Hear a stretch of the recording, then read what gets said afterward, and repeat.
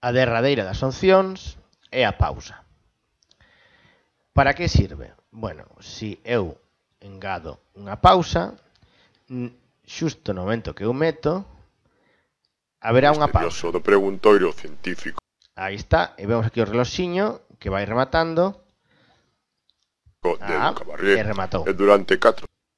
Eu esta pausa, aquí se indica que comeza no segundo 10 e ten unha duración de 5 segundos. Podría aumentalo desta maneira, podría escribilo, pois 10 segundos, ou directamente aquí, avanzar e facela máis grande.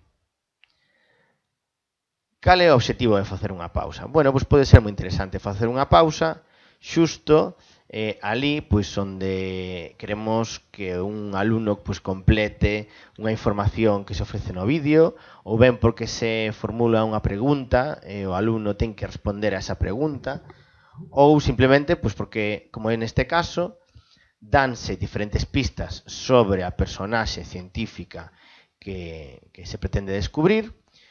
Entón, pois eu creo que estaría moi ben que xusto despois de cada pista demos 10 segundos para que a persoa que o este vendo poida tomar unha anotación. Vamos a velo.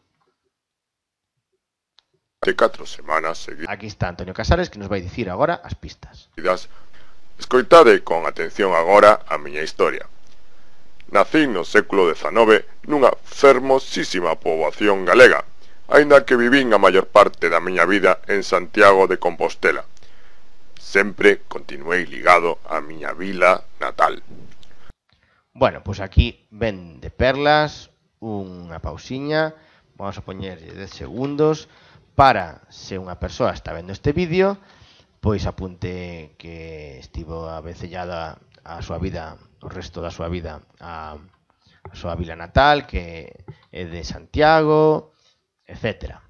Entón, agora comezaría. Estou considerado o pai da química en Galicia e sentín sempre un gran compromiso pola miña terra. Por iso, dirixín sempre os meus estudos á aplicación da ciencia no desenvolvemento da industria, da agricultura e da medicina.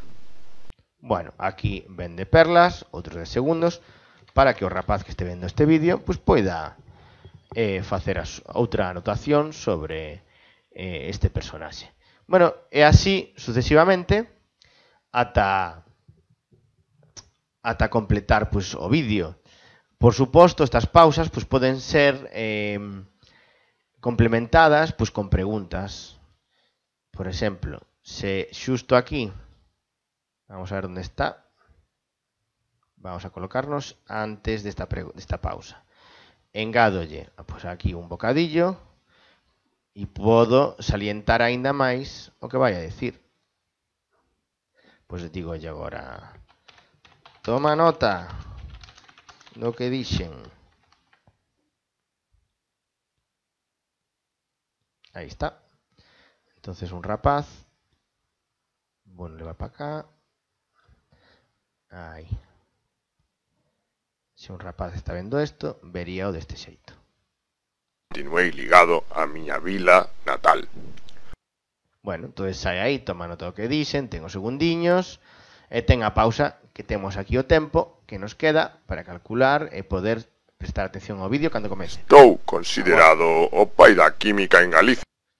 Como comentaba antes, tamén sobre unha destas pausas pois pode engadir unha nota, por exemplo, sobre a cal pois meta un enlace por se queres complementar a información. Exemplo, se queres complementar información, vai a este vídeo. Entón, doulle un enlace, collo a URL do Día do Científico Galego 2012 que fixo a Fundación Barrié, o pego aquí, xusto na pausa, por si durante a pausa o alumno pues, cree que sería interesante acceder a máis información, doulle a enlace, pego, e xa está. Entón, vamos a ver como quedaría. Dirixín sempre os meus estudos a aplicación da ciencia no desenvolvemento da industria, da agricultura e da medicina. Aí está. Entonces, aquí nos sae, se queres complementar a información, vai a este vídeo. Sería tan doado como clicar aquí e accederíamos ao vídeo do Día do Científico Galego. Entre outras cousas, fun un dos principais. Claro, o que non me din conta antes é que o ideal sería darlle a abrir enlace unha nova ventana para non perder o resto das pistas deste vídeo. Bueno, como vedes, podemos complementar diferentes tipos de anotacións, etc. Podedes ver diferentes usos educativos dos mesmos nos exemplos que fixen e que podedes ver